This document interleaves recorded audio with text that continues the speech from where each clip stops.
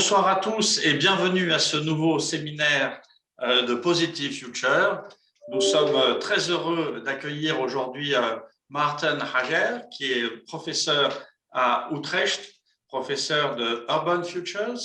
Et je vais passer maintenant à l'anglais puisque cette présentation que va nous faire Maarten est en anglais. Maarten Hager is Distinguished Professor of Urban Futures at Utrecht University. Previously, he was the advisor to the Dutch Cabinet on Spatial Planning as Managing Director of PBL, the Dutch Environmental Assessment Agency. His most recent book, which he's going to tell us about a little bit tonight, the same topic, is Neighbourhoods for the Future, a plea for a social and ecological urbanism.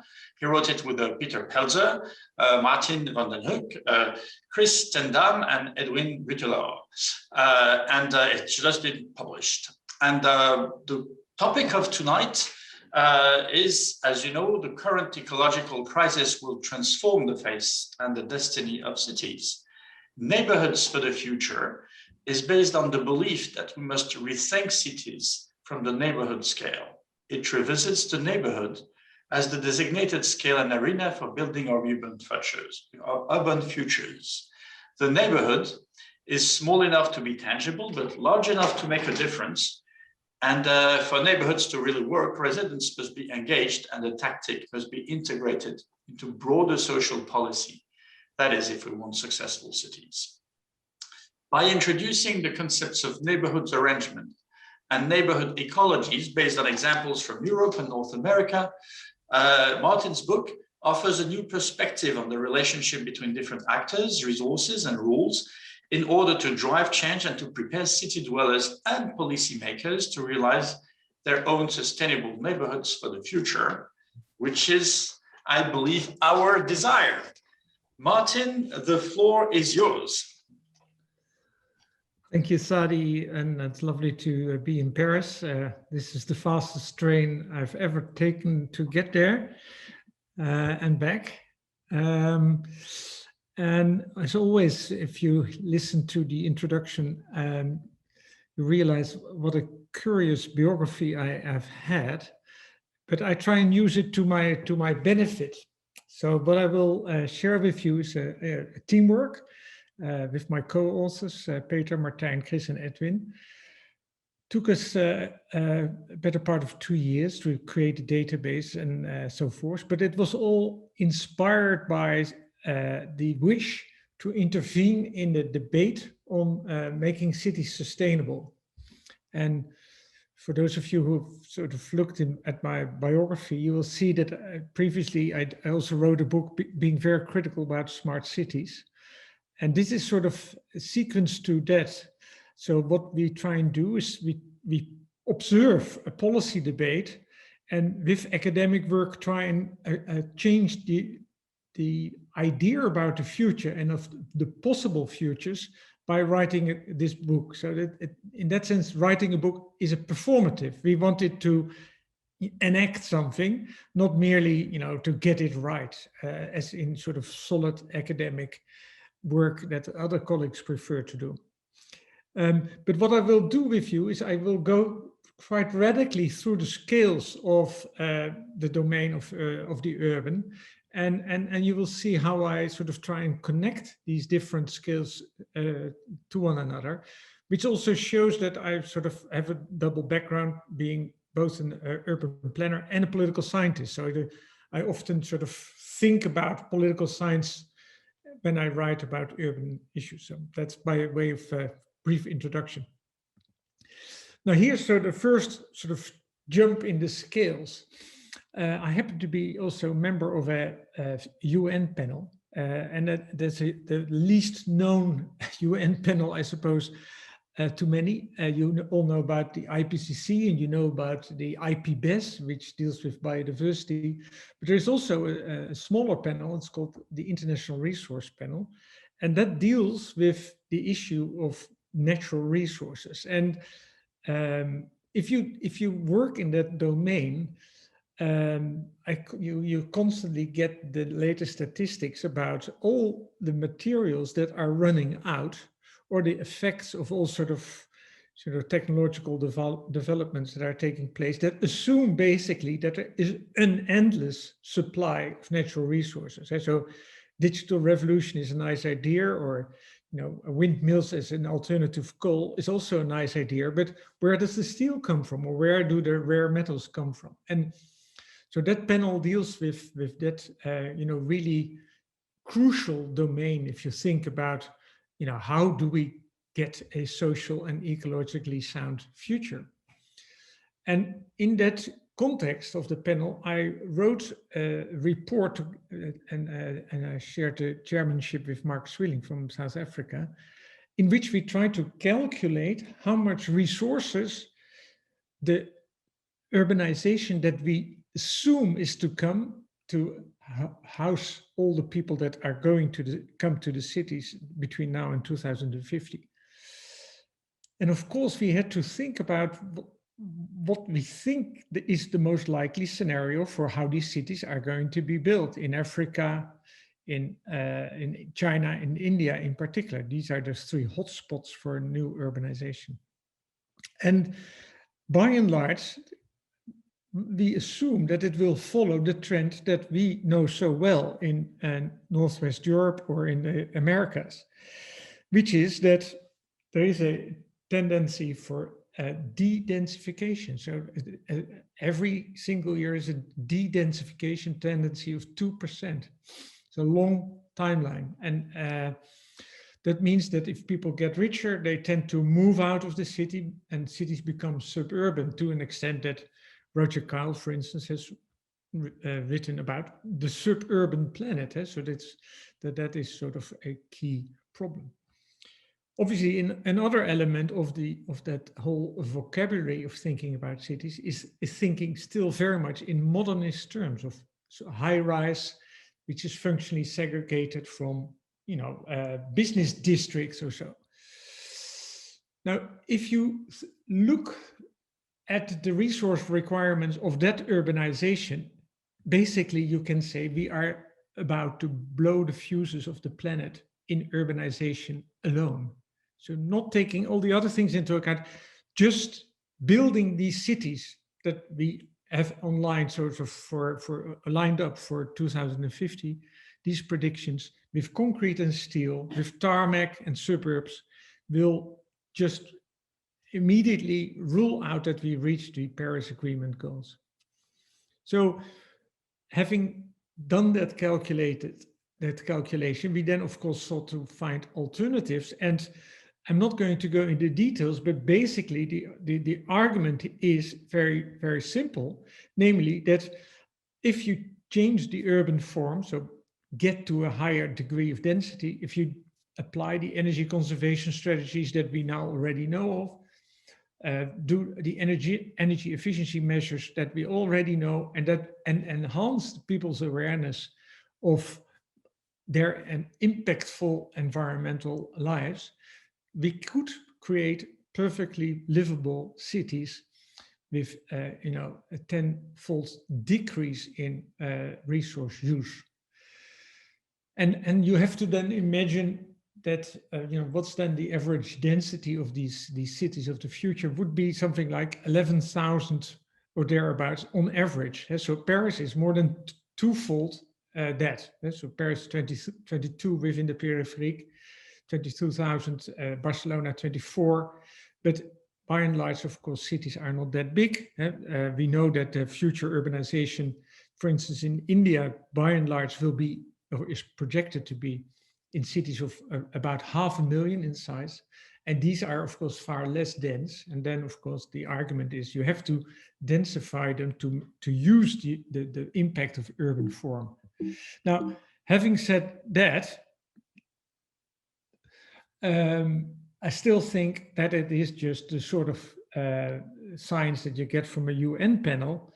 But I think that we have a far richer tradition, actually, as urban sociologists, urbanists, that we should bring to this debate. And I'm worried with my co-authors that the environmental debate or the sustainability debate in cities is so disconnected from the tradition that we've had also for more than 100 years thinking about what makes cities function so well. So, and we really need to connect these two intellectual traditions, because the post-fossil city, I mean, just imagine how big that challenge is. I mean, the whole modern project, Le Corbusier onwards, was of course based and fired literally by fossil fuels. I mean, the centrality, if you read the Cities of Tomorrow, one of Corbusier's big books, it's all excitement about the emergence of the motor car and excitement of the possibility of steel and concrete. And if you read it as an environmentalist, I mean, it's just shattering to see how excited one was, precisely on the premise that it is, of course, now so deeply problematic, namely thinking that fossil fuels will be there forever and won't have detrimental consequences. So in these four categories that I list there, I mean, we now have to rethink our energy sources, which in the modern project was just not a topic. Rethink our mobility, which was a topic, but it was sort of the topic of, if you can afford it, get a car and get out of the city. If you need to rethink shelter. So is that sort of single family home with a lawn and so forth and a car on the drive, that American dream type of dream, is that still the shelter that we can afford? And finally, and deeply problematic and very difficult to address, is of course we also have to face the fact that what we eat, in particular red meats, has such problematic consequences that we also have to rethink that. Now, that is the agenda of a green and just city, and I think we need all the imagination possible to be able to create that post-fossil city in precisely that span that we have. So the window is up to 2050. So in that challenge, we decided to write a book, which is a plea for the neighborhood. So not to keep thinking on that planetary scale, but say a background that sort of knowledge about the planetary challenge, and bring it back precisely to that level where citizens can meaningfully engage with the social ecological issues. And that's also a correction to that book that I just referenced, the Smart City, Smart About Cities, it's called. If you Google Smart About Cities, you get directly to the PBL site and you can download it for free. It's sold out, so it's free for download at that site.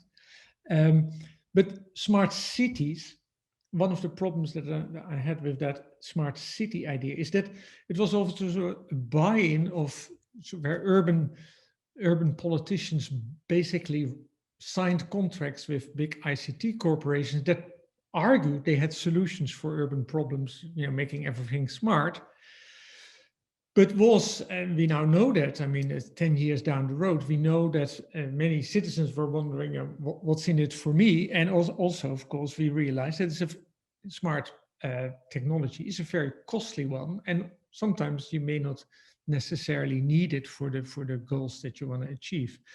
So in this book, we look at neighborhoods, and we do so by trying to figure out what has been achieved on that scale in different cities to show that it can be done. And so that there are these fantastic exemplars that show that we indeed can make very pleasant neighborhoods. And that would then, of course, hopefully lead to sort of a cascade of competition to make similar or even better and more livable neighborhoods elsewhere. Now, these statistics you all know if you're in the urban field. I mean, this is just a way of presenting the difference between the density of cities that are the same in number of inhabitants, Atlanta and Barcelona, but the one is spread out and suburban, and the other is deeply urban, like Barcelona. And then it's a tenfold difference in their CO2 emissions. And so having been built on the wrong basis creates, again, tenfold more CO2 emissions. So we have to rethink also probably how we are going to address the suburbs and try and make them denser rather than build new cities somewhere else. Really use the infrastructure that is already there. So neighborhoods is not only about an agenda for rethinking existing neighborhoods, it is also an agenda for addressing suburbs in the decades to come. And that, of course, is even more true in a North American context than in a European context. So what we then say, small enough to be tangible and big enough to make a difference. And I will tell you a bit about these neighborhoods that we have in the book and what we like so much about them. And I will then also address the fact that in the course of this research, we found out how true it is that if you operate as a planner on a neighborhood scale, you have much easier access to meaningful public participation. That is, after all, the neighborhood is a level at which everyday citizens, the man on the street, so to say, know their stuff. They basically know where is a good location for a school or for a sports club or for a supermarket, and which are not so good places for sort of amenities. So that makes that the idea that the expert knows all is sort of cancelled out, and a meaningful conversation can really commence. Now, let me now give you a few examples from the book, and I picked a few. We have 3 really in-depth cases in the book, and then we have 13 vignettes, sort of smaller presentations. And this is one of those vignettes, and which I like very much, because in this in Zurich there is this small neighborhood where they said, well, if it is true that we have to have a green and just urban future, then probably we can't use more energy than we could use if everybody in the world would have the same level of energy consumption per day.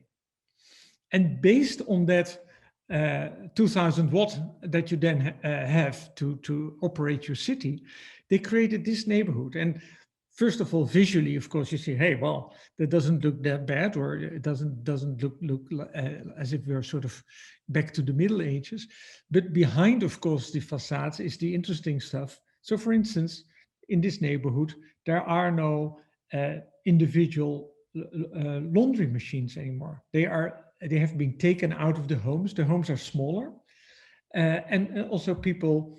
So they have collectivized the laundry services, and they have also collectivized transport. So people no longer have possession of their own car unless they're a nurse or a policeman. And in that context, they have created a very livable community, which we then analyze in that vignette. Now, almost entirely on the opposite side of the morphological is this example, which is in Toronto, Canada. And you just have to imagine these buildings may not look significantly good or whatever, but this was an area that was an absolute no-go area before this was realized. So the police had decided no longer to go there. And what they managed to do over a period of 15 years is to turn this whole neighborhood around by using private money. So they basically built a third extra urban fabric for condominiums. And that paid for the whole refurbishment, actually, in this particular case, also knocking down old high-rise and rebuilding it, but with a quality of finish that I have never seen anywhere. So what you're looking at now is the communal garden of a social housing block. And so they have a roof garden, where also they have collective spaces where they can give parties and so forth for a small amount of money. And this is sort of the roof garden that people who have come back to the neighborhood after they had been away because their building was knocked down, and they came back with a right of return, also with the same rent they paid in the old, really deeply problematic high-rise, and paid for by that exchange with the project developer. But in any case that we describe in the book, it's not, you know, like heaven, because in this particular case, the city, as part of that business case, sold its land to that private developer. So it's a one-off. You can do that one time, and then, of course, you have, well, basically sold your public territory to a private developer. Then you hope will keep up the quality of what's being built. Now here's Martijn speaking to Soraya Ibrahim, who was one of the community activists that we found was crucial for the quality of this neighborhood. So you see in the background, you see 3 different buildings. It's sort of urban villas, it's high-rise and it's medium high-rise. And from the appearance, you can't tell whether this is condominiums that were on the market or social housing, similar here, similar there. So always on the level of a block, it's either social housing or it's private. But in the finishes, it's the same. So that's quite a commitment. And what Soraya at some point realized, she said, being a migrant herself, this is where I want to fight my fights. And I don't know how that comes across in the French context, but in the Dutch context, that is not what we normally hear from migrants. Migrants are not at all in that sort of citizenship mode to fight for their rights. There's much more, they're fighting against discrimination and the like, but that commitment to organize and fight for your future and make it better, it really struck us as particular. And that led, for instance, to a completely new sorted supermarket, rather than the classic Canadian one that would just cater for sort of Canadian mainstream. And they made sure that they signed a contract with a supermarket chain that would cater for the sort of typical cuisines of that particular neighborhood, all because of the interaction with community activists in that neighborhood. So that leads me to the first sort of concept that we coin in the book, and that sort of structures our thinking. That's the concept of neighborhood ecology. And we describe that as all the component parts, the services, the nodes for exchange, the material infrastructures, that in their interaction make a neighborhood a good neighborhood. And that in their interaction is the crucial bit. Because what we found is that there often is, you know, for instance, fantastic water sanitation, or there's fantastic green amenity, but the fact that we have to refine our expertise, how to look at the interconnections between these different services so that they produce surplus value, that is one of the pleas that we have in our book. And of course, that requires you to first, you know, do the research to figure out what is it that makes a neighborhood a good neighborhood, or what could make a neighborhood a better neighborhood. Now, in Vauban, we found out, for instance, that one of the reasons why that works so well is that they have been built on the principle that the value that is created in these neighborhoods, this is a Vauban neighborhood, the value stays in that neighborhood. So if in a normal situation you have private homes and the real estate prices go up, it's the owner that captures the profit.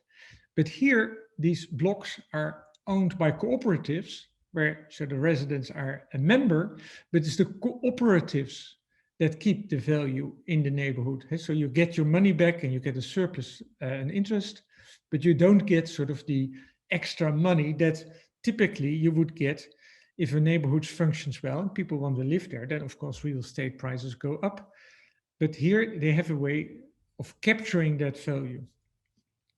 This is another example, really nice in Copenhagen, where what we found remarkable is that they really have a loop, sort of a mobilization, a mobility loop that makes sure that all services and residents can connect very well. And this is an area where they want to have as much jobs as they have residents. So it's no longer, say, the functionally differentiated neighborhood. It is residents and business at the same time. So the mobility scheme will work at a double intensity.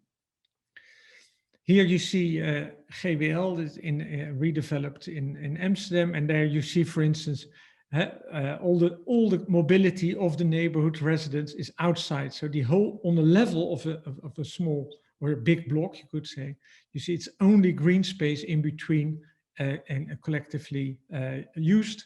There is no possibility for cars to enter into it.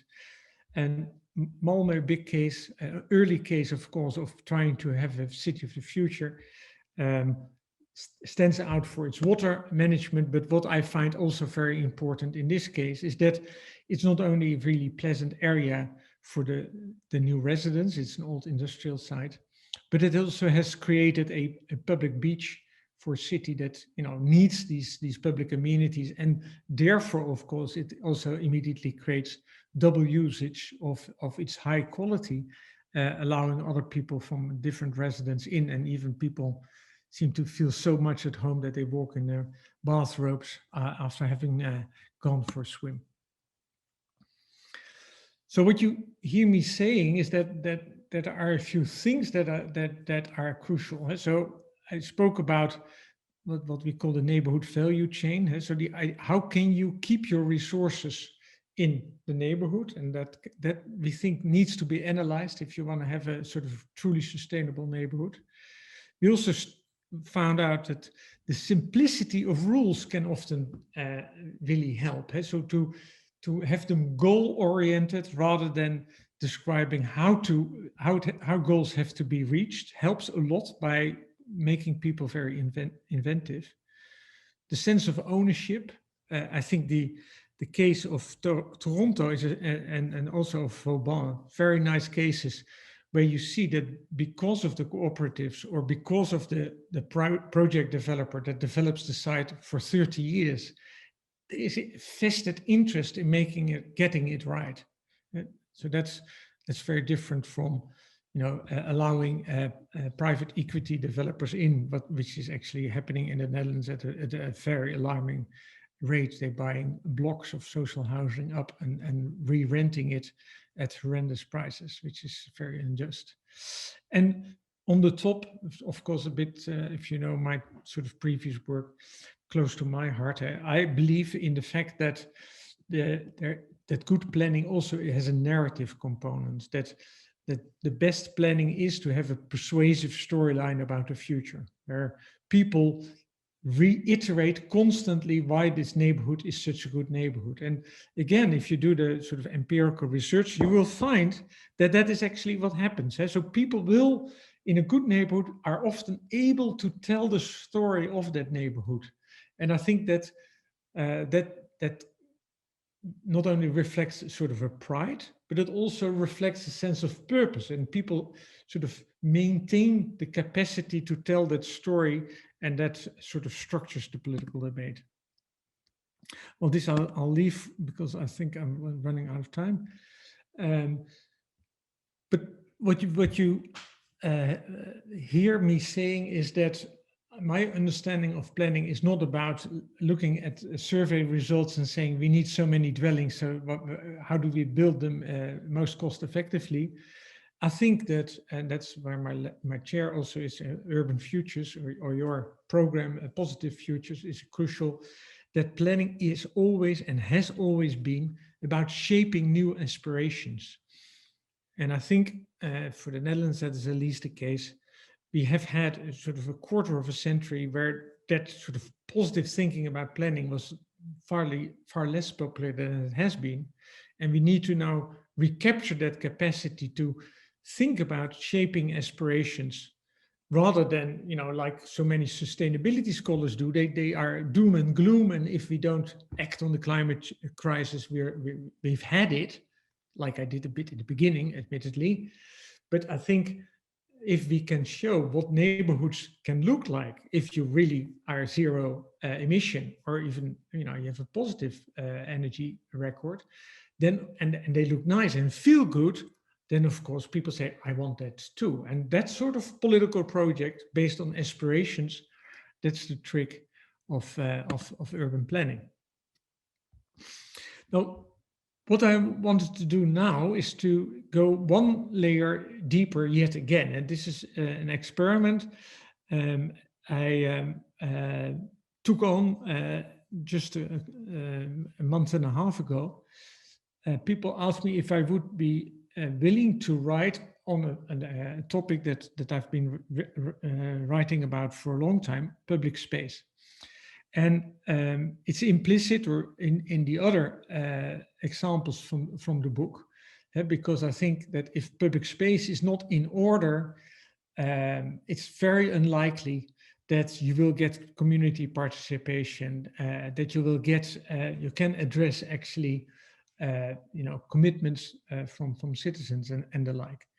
So public space is the backbone, I think, of any functioning neighborhood. And definitely, of course, public space is a crucial point of orientation of that rich tradition of urbanism, let's say from the Chicago School onwards in the 1920s and 30s, all the way to Richard Sennett in the here and the now.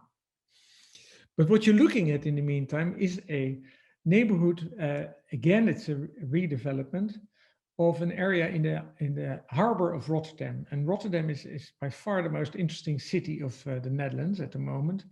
On the one hand, it has a sort of a concentration of social problems on the south side of the river, which is where Katendrecht is. But on the other hand, it has a very sort of entrepreneurial spirit that says, okay, here's a building that we want to sort of keep. It's an old warehouse, but why not, build 10 layers of apartment blocks, apartments on it? So again, you sort of an echo from Toronto, of course, in that sense. But I've been following this, and there was a sort of deep worry that, of course, if you bring in so many people, well-to-do people, that will affect the neighborhood. And what I did together with photographer Joop Rijngoud, I tried to document the dynamics in that neighborhood to see if that fear for gentrification, if that fear was right. And of course, the fear for gentrification is a fair one. But just around the corner, investors are buying blocks of social housing and taking it off the social housing market. So that sort of gentrification definitely is deeply problematic. But I have a different take on gentrification, and I'm interested to hear what you think about that. And that comes from the fact that in 2016, when I was the curator of the International Architectural Biennial in Rotterdam, I had two colleagues from South Africa who took part in that curatorial team, and they argued, so gentrification, I wish we had your problems. They basically said, so you have rich people that want to live in a poor neighborhood. Well, I wish we had your problems. And that for me was interesting effect of that discussion, that we realized that the way in which we talk about our cities, of course, is a very particular one. And it made me aware that some of these discussions about gentrification seem to sort of have a sort of ideological element to it and may not always be based on actually reading carefully what happens in these streets. So that is why with Joop Rijngoud, this is the first picture I share with you. So we looked at the neighborhood, cycled through the neighborhood, and he then documented it, and I'm now writing the narrative for that essay. So here you see from the other side how that sort of private space, privatized sort of top on that warehouse, overlooks the social housing in that area. Or here you see the harsh difference of the newly built, sort of well-to-do high-rise at the back, the top of the market, and how close that actually is to a neighborhood which is completely dominated by social housing. You also see that, the way in which the building industry taps into that, to the politics of the aspiration, is they basically say, get yourself the last place in this area. So they say, well, conquer it. And so as if, of course, this is sort of a colonial trope, so as if it's unoccupied. So here you see a sort of aggressive commercial sort of suggestion about conquering an island.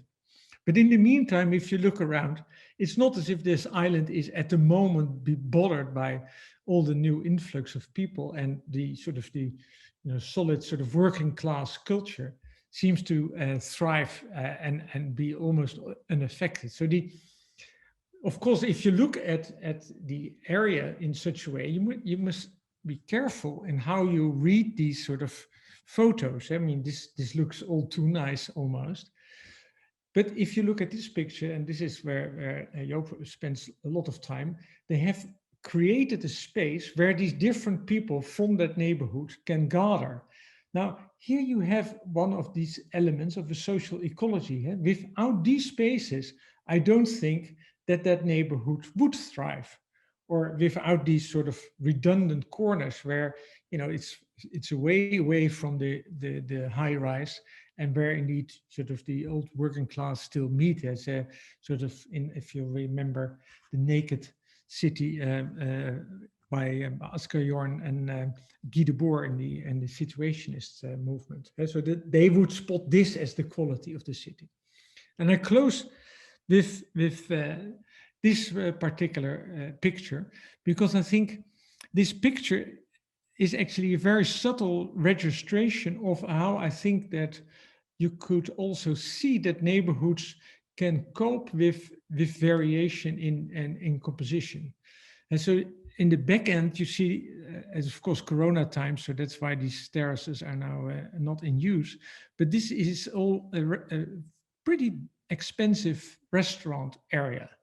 But in this square, it's not as if the original residents are giving up that space. And so you see in one picture sort of the interesting, we call it meaningful friction on that square, where people can keep observing one another in a way that's non-aggressive, and it is and it is actually, we think, open-minded. However, this picture is also illustrative from the fact that if you don't have that social ecology analysis, this might very quickly tip. If these restaurants would do well, and the owner of real estate would raise rents, of course, it would price out the local supermarket, the cigarette shop, all these sort of functions that cater for, say, the working class people in this area.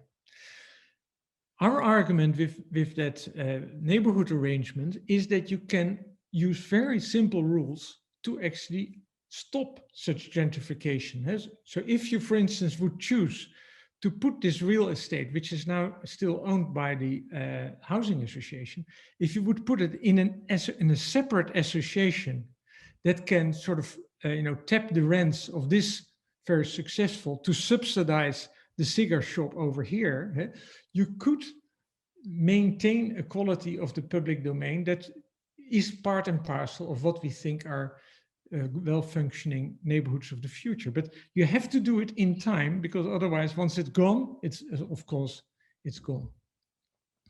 So to conclude, in this book, we argue that we are not at the end of history, and that we can indeed create sustainable cities using the neighborhood as the lens and as the entry point for rethinking cities. And we also argue that socio-ecological mix can work, but it all depends on finding actors with skin in the game. So with long-term commitments, don't want to sort of take the money and run. That requires legal planning.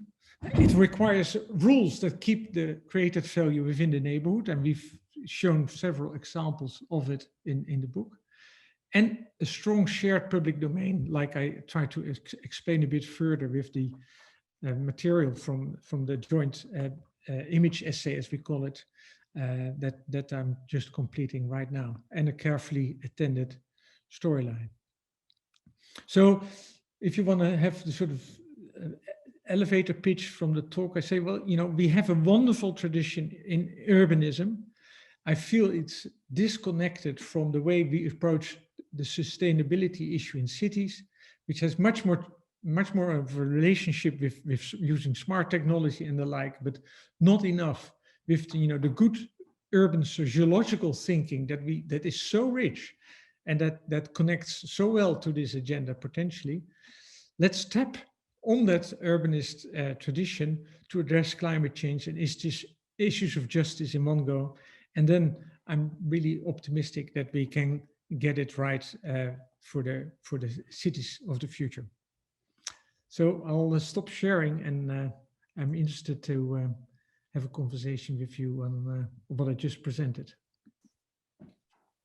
Well, thank you so much, Martin, for a wonderful and really inspiring talk, and which sends us in sort of reassuring dimensions, because we've heard so much of the use of urbanism as mostly something about the built environment and neglecting all the aspects that you point us to. So that's a delight. I will perhaps let Jean-Éric, who's the president of Fondation 2100, who co-organizes a Positive Future, maybe make some first comments, and then we'll also wait from questions from the audience by Simon. But I have a lot of questions but I will take my turn. Thank you very much, Sadi, and thank you very much, Martin. Yes, it's a very wonderful presentation, because you show first that it's possible to build up ecological city as well as, would say, social-oriented cities. These examples are quite demonstrative. The important point is that to be successful, there is a need really to have this social inclusion and social participation and strong action regarding the public domain, which relate also about the ownership and the way you buy and you manage the land. And it's quite important, because in this thinking about the future of cities, there is a tendency of people just thinking about, let's say, technology, art stuff, and or simple return to nature. But there is a tendency to forget those aspects of governance and local governance, which are crucial for being successful. So I think this is really, from this viewpoint, quite an important message which came through your presentation and the message which are there. Regarding the question I have is precisely, when you present your cases, your examples to some population, some local crowd, if I may say, as well as to politicians, how do they react when they see that? When you say, well, it's possible to be really winning the challenge of the ecology and social inclusion, but in there are such and such conditions, and look at those examples. So my question again is, how this is received by the populations and the politicians? Thank you again. Well, thanks for your kind words, and indeed, it is interesting to listen to the responses. I've presented it in Paris, but also in Toronto, London, and the Netherlands, Germany, and by and large, I think people are really enthusiastic about the fact that this sort of outlines a perspective. And so it's not for a lack of effort, but people need to have sort of normative images of the future. So that's spot on for your institute. And so this is fortunately coming back. So the idea that that we need to regain our mastery of thinking of futures, also in the plural, that the future requires choice, and it requires, of course, to think cleverly about all the elements that you don't immediately see. So that's why we in this book pay so much attention also to legal rules. I mean, so to see something that works is one thing, but to understand why it's there in the first place is another. And I think that belongs to the planning agenda. And so what I feel is that particular housing associations, local governments, are really thankful for this type of academic scholarship, because it puts them, in command of the urban processes. It helps them spot their points of intervention. And I suppose it also warns, precisely like you said, that you can't do this without public participation, and that public participation as sort of telling people what you intend to do without, being interested in their wishes is just over. It now has to be participation of citizens right at the early start when you invent your new futures, because that is when you get the beautiful mixes that you, for instance, saw in Toronto. And if I can slip in one more sentence on Toronto, what I found interesting is that initially, when the first buildings were knocked down and made place for the new, superior buildings in that new mix, participation wasn't going so well yet. It was only over time that people gained the confidence that they were listened to. And that whole site of Regent Park is really worth a visit. Then start to develop new sort of functions, because people said, we want a cricket ground. So for the Indian population, and all these things were not in the master plan, but the master plan was flexible enough to constantly readjust, and people then build up a voice, and that, I suppose, is the ideal, so that people regain a confidence that it's meaningful to engage with the planning process. Thank you very much. Well, the way to build gradually confidence by involving people, even on small step, is a key for a success story, in a sense. So the flexibility of planning from this viewpoint is key. Thank you so much again. Simon, do we have questions from the public? I see one by Simon Richter. Yeah, by another Simon. I don't know if you can see it, Martin. The question is, so first, I love this presentation and the idea of the neighborhood you present. I wonder if neighborhood is a universal category, perhaps with different accents. I'm also thinking of the etymology of the word, neighbor, Nachbar, Bur, etc. Are there forms, practices, and narratives of non-Western communities? For example, the Indonesian kampung, I don't know if you're familiar with that might be valuable for the conversation? Yeah, that's a very nice question, actually. In the beginning, the book had a much broader scope, but we decided, for sort of modesty's sake, to delimit our cases to Europe and North America. And there, I suppose, the sense of what a neighborhood is, and in particular, what is a well-functioning neighborhood, is, sort of culturally shared. But that's, of course, not to say that such sort of sub-city level units are not to be found elsewhere. Say the hutongs of Beijing, for instance, and with their shared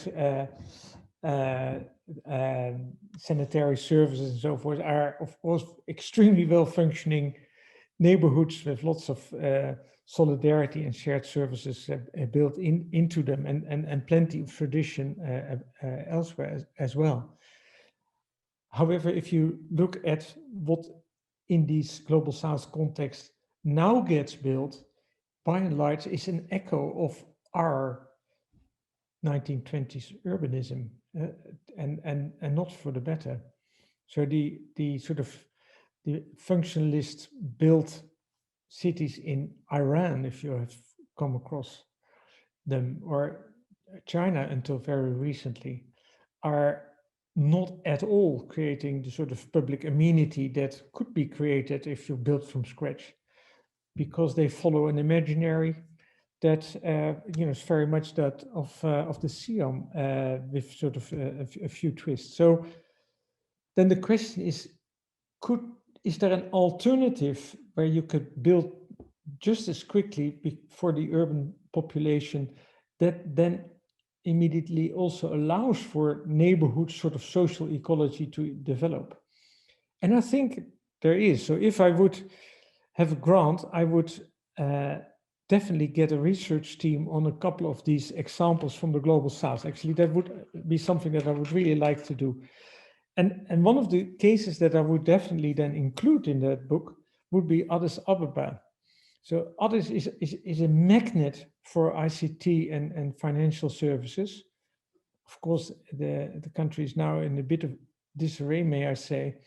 But until recently, money flew to the capital like nowhere else. And what happened in Addis was that it started to build up a manufacturing industry, and that is sort of the best hope for Africa cities, to build up a small industrial base and then to develop into a service economy.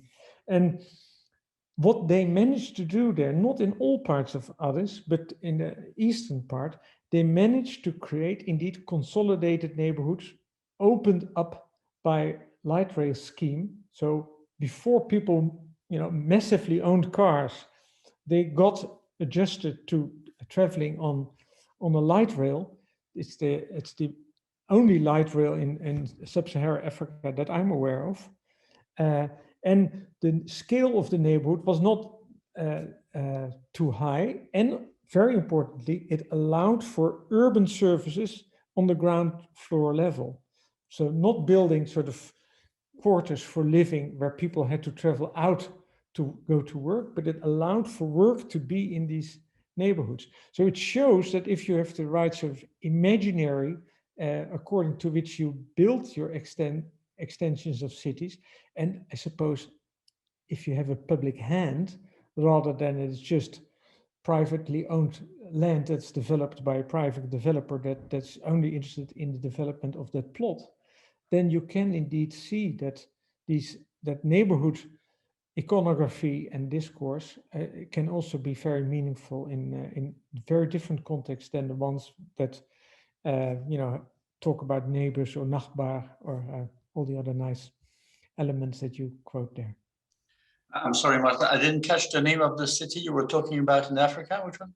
Addis Ababa. Oh, okay. All right. Okay. Thanks. Simon, any more questions? Yes, I have a few more questions for you, Martin. You insisted on the importance of ownership. Are there different models of social ownership of social housing? Cooperatives in Vauban, okay, but what about Toronto? Who are the owners? And more generally, can you build on the ways to avoid price inflation in such neighborhoods? Tough question.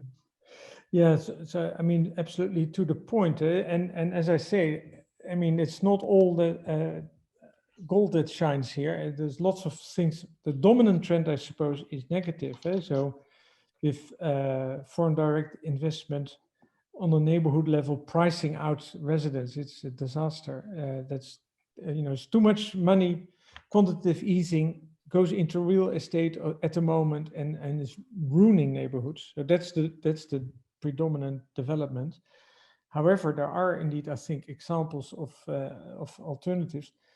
Now, Toronto is one, as I said, where the developer is private. He owns the land, but the housing association organizes the social housing and has rent control, which is based on a state subsidy scheme. So that is one. The other that I refer to and I find very interesting, you find a lot in Germany where they have this figure called Baugruppen. And basically it is the right for cooperatives to develop.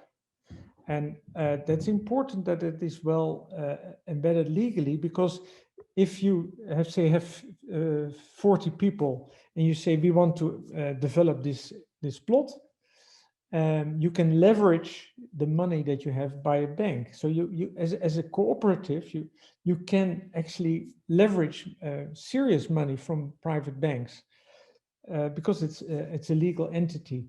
And what I described in Vauban, but you can also see it in Tübingen, for instance, you see that the cooperative develops. They, for instance, also then develop social housing apartments in that block. That's not for the people that own the cooperative, but that is a service to the city on their own initiative. And they also develop collective functions like shops and so forth that they then also run as a cooperative. If one of the owners of the cooperative that lives in one of these apartments moves out, he's compensated for the money that he put in. And he gets a sort of an interest, but he can't capture on the extra value of the real estate. So that remains in the cooperative. And that is, of course, that implies that they can pay less interest on the loans and so forth. And also it makes sure that that the type of atmosphere is kept in the neighborhood, and not, that people with bigger salaries move in and other people can no longer afford to live there. I hope that answers your question. Sally? I'm sorry, I'm jumping the queue maybe of the questions, but I had one about the decision making. I mean, like in cooperatives, or if you have some participative, I mean, if you insist in ownership of the neighborhood, and the sense of ownership certainly comes from some kind of governance that is specific and local, right? So what are the systems of decision making with the inhabitants that have been put in place? Are they similar? Do we have different models? How does it work? Like, how do they actually manage to solve the conflicts of interest that must be inevitable? For example, in the ownership of the cooperative shares or whatever, and also I'm sure that, these neighborhoods are part of larger entities, cities, regions. How do they cope? Does this get a political aspect? Do they try to get locally elected? How do they manage to have power on their own grounds, right? Yeah. So there is no simple answer, and I definitely haven't looked into it at sufficient detail to give you a really properly researched academic answer to this. But in any context, governance is nested. So there's no way in which the model of decision making that you find in Toronto that should be exported. It's a disaster. It's incomplete. They're stuck. The city is sort of captured by the suburban vote, and therefore can never invest in proper public transport and the like. So the book doesn't describe the direct pathways to the future. It gives snippets for you to help create your own story for the future. And when it comes to participation, I think the most important thing that I sort of share is that to start with a commitment is one. And that over time you will build up the capital, which is trust, that allows you for a much richer discourse. And overlooking the residents comes at a cost. And so the one picture that I skipped of the thermostat is a wonderful case in point. So in this neighborhood, they built BREEAM quality, BREEAM Gold, are the best quality buildings. And they were very disappointed that these buildings did not have such a good energy record in reality. Why? Well, you probably guess. The residents were not so smart as the smart technology. They didn't know what the thermostat was. So they opened the windows when it was too warm, and of course in Toronto that's a disaster. So the fact that they had no engaged public, and that people didn't feel a sense of ownership of that building, meant that they didn't also tell the story of how wonderful, you know, this smart building was, and therefore it ended up to be very dumb. So and if I would sort of try and develop this, then I would say that an indicator of good public participation is that if you interview people, they can tell the story of that neighborhood. It's really interesting that they are able to express how it came about, what their role is, where it's going, and if people have not that capacity to and don't have that shared storyline, that's indicative that participation hasn't worked very well. I once heard the definition of a community as a group of people who believe they have a common past, share a common present, and have a common future. And the important thing is belief. It doesn't have to be true, but you know they must have this sense of continuity of destiny together, and so the narrative is indispensable. It's a part of building the community, not just with what the built environment as we usually mean it in terms of bricks and mortar, but I mean building is also the rules and and the beliefs. I guess that's what you meant when you were talking about goal orientation and stuff like that. It's what's in the mind of the inhabitants. Yeah, precisely. So I think there's this wonderful book that you probably know by James Throckmorton, and it's a Chicago colleague, and he wrote the most boring PhD one would think about the electricity utility industry, but the thesis wasn't boring at all, because he was the first to say, I've looked at all dimensions of that electricity utility industry and how it overcame a crisis, and he says it's all about persuasive storytelling about the future. So he said it's not about finance, it's not about rules. If you don't have that persuasive storytelling about the future, planning doesn't work. So that's the most important variable, his argument was, there is, if you want to have a future-oriented planning process. Yeah, and you have to believe in a future. That's what we're doing in Positive Future, creating narratives so that people are ready to do this. But the most interesting thing in this is that these narratives enable to recruit people. When we were in the SCORE program, we looked at a series of cases, especially the domain, among others, of energy in buildings. You're mentioning, utility. I worked for 15 years in the French power utility, as a matter of fact. And what seems very interesting is that these new areas or projects, usually you have a champion who organizes this thing, the community that is going to move the whole stuff, but they have accomplices in the finances of the city. They have people who also believe and then are on the other side of those who can give the money or make the regulations. And what makes these guys participate is that they share the narrative. Precisely. Yeah, that's precisely the point. And so if you follow the narrative, you will find how organizations can collaborate over their boundaries. And so that's why, I use that concept of discourse coalitions, so that people build coalitions based on discourse, on a joint narrative, on concepts that speak to them and give them a sense of how to organize and prioritize within their own institutional environments. So it's a coordinating mechanism, language. It has always been, and it can be used much better, I think, also to facilitate this environmental transition, which by and large is dominated by engineers, so environmental engineers or scientists that know everything about parts per million and CO2 equivalents, but don't know that much necessarily about communication. Simon, any more questions? One other question that's related to participation is there participation of the public in the design of public spaces, for example, in Katendrecht? Yeah, so I mean, in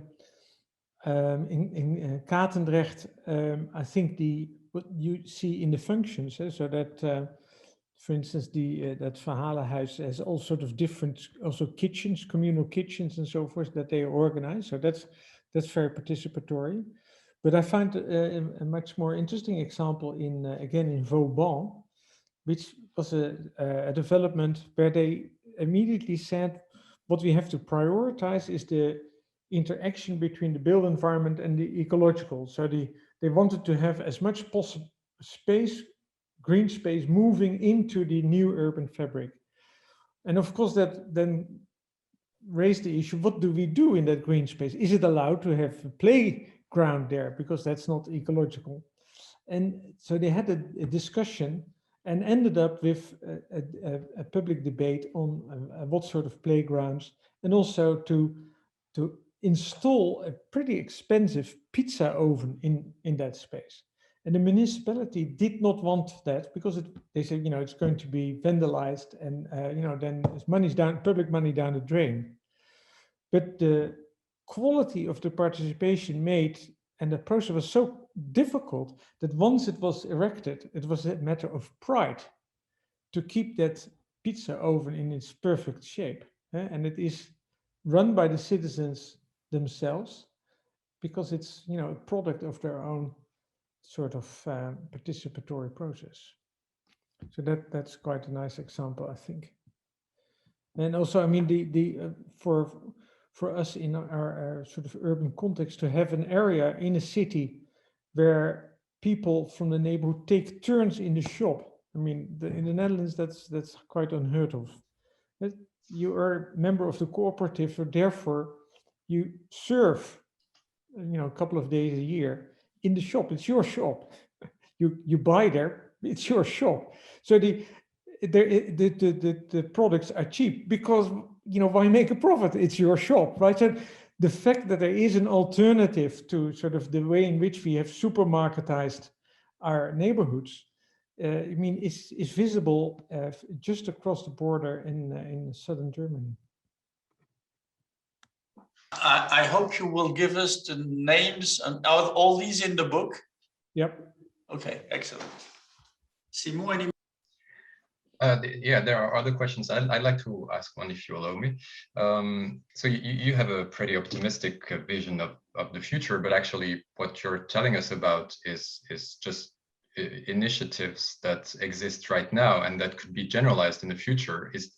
So I wanted to know, is there anything that you think will only be possible in the future when there are certain evolutions? And maybe a consequence of that question is, are there obstacles and pitfalls that should be avoided to reach the kind of situations and neighborhood spirits that you're describing?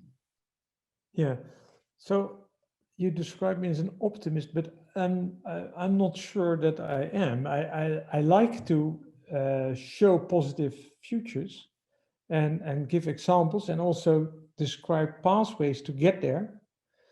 But by and large, I think there is pretty grim development going on. So, but I'm committed to trying to do my best to improve on the livelihood of people in urban environments. So, I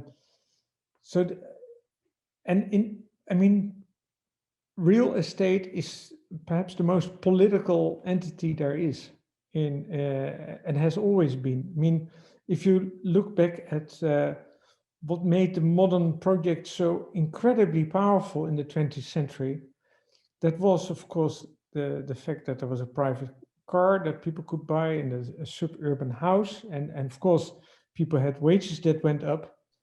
But there was, of course, also the invention of the mortgage. The fact that people were allowed to borrow money to buy real estate, was the motor block behind that real estate boom. And so, and if you now see how real estate sort of becomes more and more expensive, you realize that sort of the domain of financial products needs to be taken into account if you want to be going in the direction of these consolidated neighborhoods. And it requires, I think, rethinking the degree to which housing should be a tradable community, just like that, or that indeed, like so many people say, housing is a right. I mean, Lefebvre is the source. And if a housing is a right, then there should probably be a limit to the tradability of that particular commodity. And so if that is not controlled, I don't think these neighborhoods that I see will become the dominant.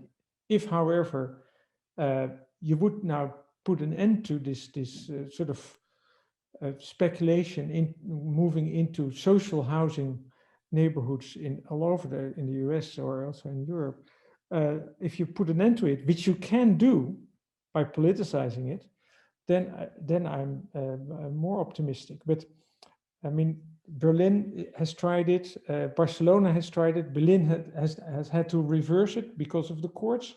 I think Barcelona is still on its way to indeed create a better control of its housing market. But it is, of course, a battle where you have big vested interests that want to keep these sort of academic ideas about neighborhoods for the future as academic as possible. I may be wrong, but when I was in Chile, people told me that housing there was a right and that people could get a house provided by the government in a way. Is that the case really, or? I don't know about Chile, but I mean, of course, in Amsterdam or a city like Vienna, I mean, Amsterdam had until the 1990s, 80% of the housing stock was social housing. It was owned by public entities, and of course, that then was seen as problematic. And now the market is a completely different situation. Vienna, I think, is also partly trying to recoup some of its past. I haven't heard the latest, but of course there are places where there's a much higher percentage of housing that is social. Yeah, that's always vulnerable. I assume you're familiar with the concept, the notion of the ville du quart d'heure, the city of 15 minutes. I don't know what's the equivalent in English. And so how much your neighborhood is different from that idea?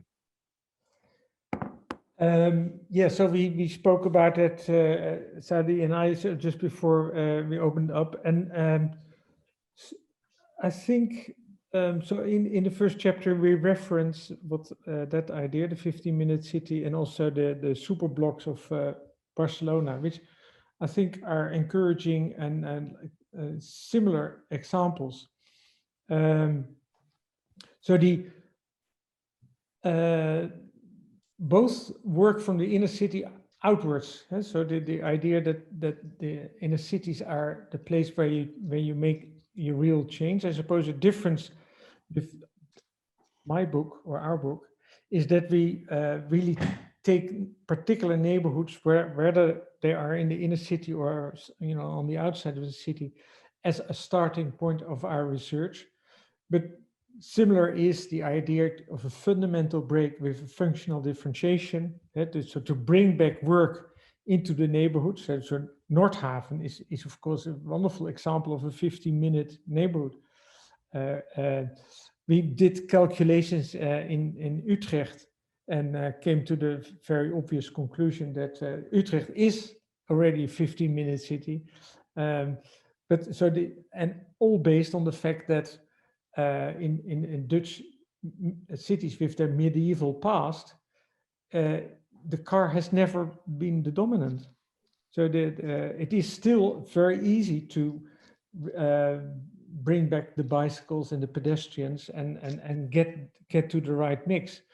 Those areas where cities have been built entirely in the 20th century, it's much more difficult to think about the 15-minute city. So I don't know what the the French discussion is, but so how does the 15-minute city fit into the redevelopment of the banlieue? I don't know. I mean, I don't know what the discourse is. I really truly don't know, but I can see that it works well within the peripheric, or that the super blocks work very much in the Cerda, Barcelona.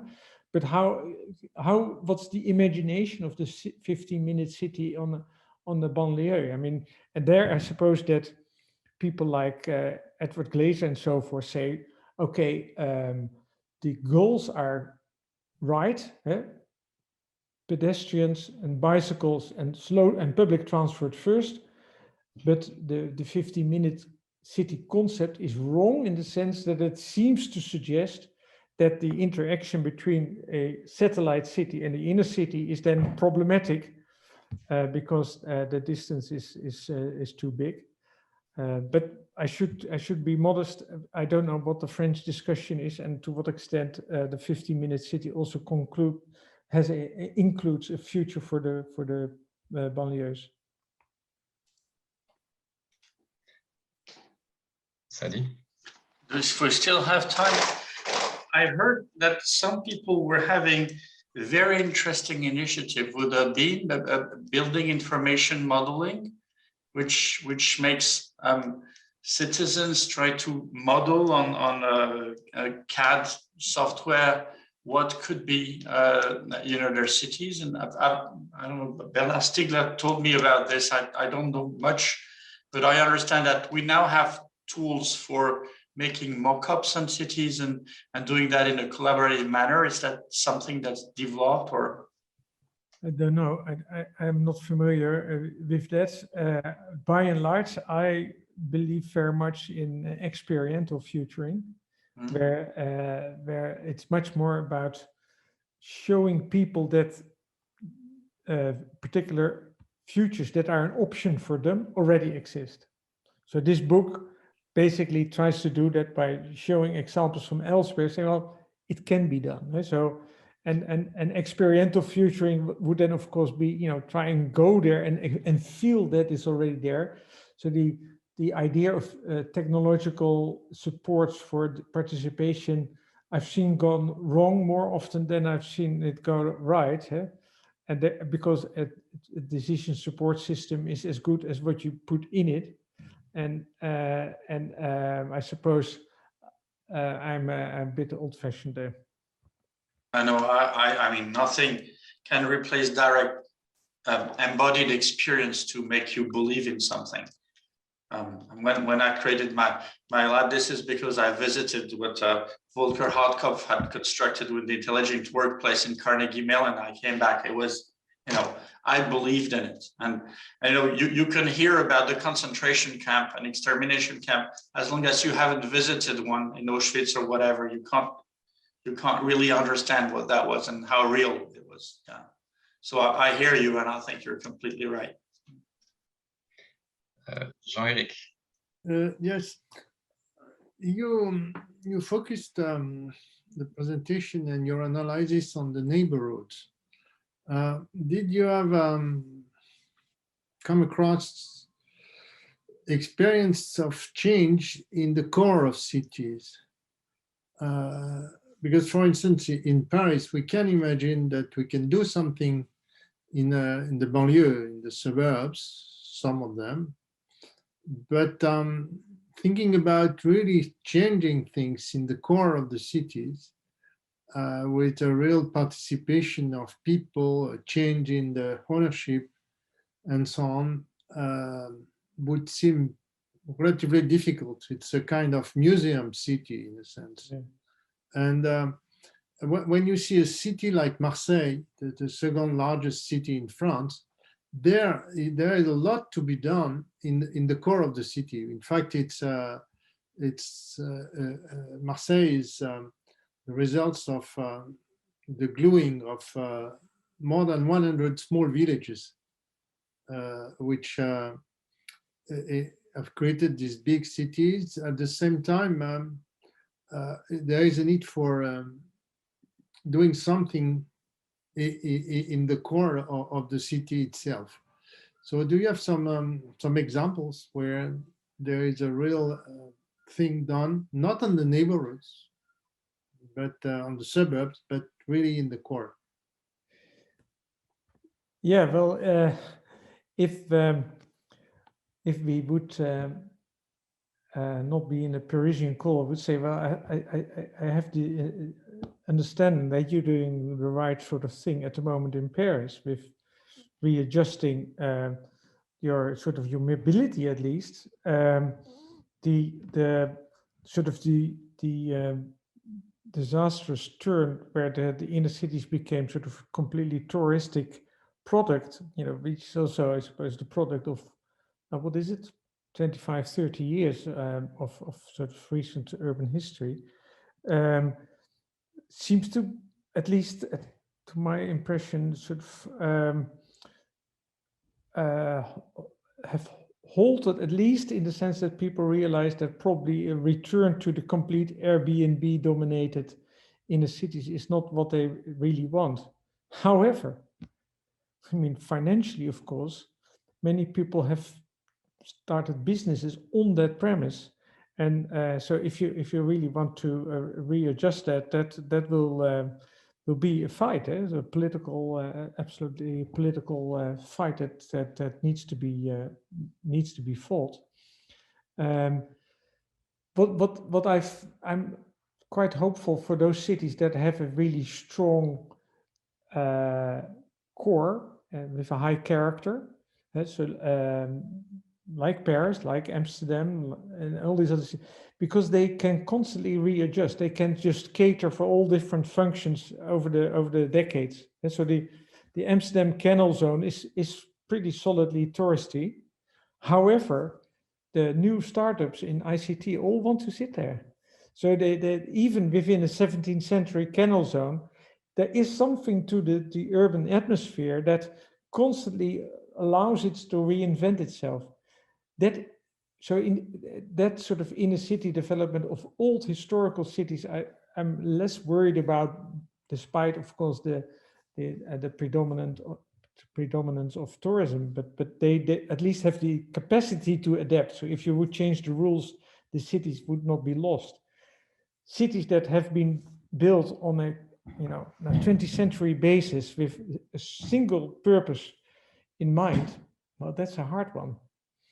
And another one that's a really tough one is a truly suburban city like Atlanta. I mean, how on earth would you recreate that into a sustainable city? Well, think of Australia with these extended suburbs. How to urbanize that? How to create an environment that is zero energy consumption? That would require you to connect to public transport and to have arterial roads that are denser and develop nodes around stations. That is the only thing you can imagine. But if you think about the political decisions that you need to take, that would run directly against the wishes of many people living there. So it's very unlikely that politically you would ever get that going in suburban environments. So in that sense, the suburb is probably even more difficult than the inner city. And I always distinguish four. So it's the suburbs, it's the inner city, it's the neighborhoods, and it's informal settlements. So in that list, I think the informal settlements and the suburbs are probably even more difficult than inner cities, on a very broad brush sort of answer. Indeed. I think we did reach the end, the principle, but do we have any more questions waiting? See more? No, I think that's it. All right, then thank you so much, Martin. I mean, that was great. And on top of the interest of the talk itself and of your smart answers, you are bringing us one more justification that narratives are so important. And this is precisely the kind of thing that we're trying to foster in Positive Future. And so in the name of all of us, I would like to really thank you very much for what you're doing and for your talk today. It felt like a home game, so thanks for inviting me, and let's keep in touch. Absolutely. Thank you so much.